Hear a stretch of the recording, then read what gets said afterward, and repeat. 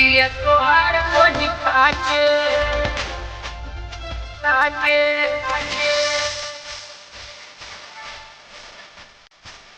ये तोहार कोई काटे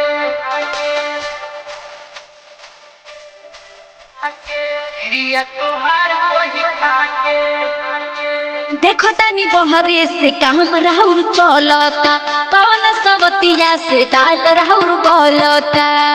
बोली काहे की बोलो बोलो का कहतर देखो तनी बहरे से काम राहुल चलता पवन सबतिया से डाल राहुल बोलता सुनी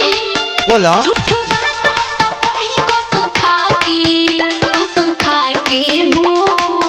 सुनो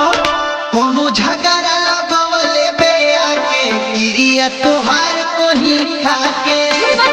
ए धनी झूठे शौक कर तारुई न बाटे गिरिया तोहार कोही खाके हटियो ने बात बनाई ठीक ना अरे खिसिया मत ऐसा कुछ नहीं है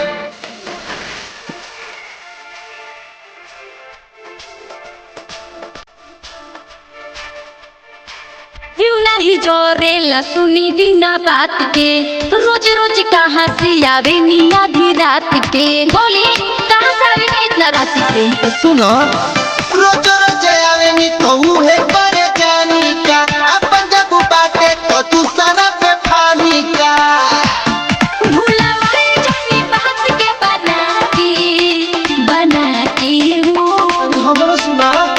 कोनो झगड़ा लगवले बेया के गिरिया तोहार कोही खाके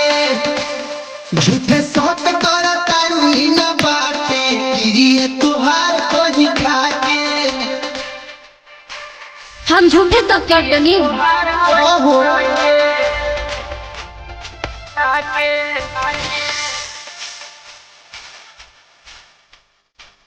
ये तोहार कोई काटे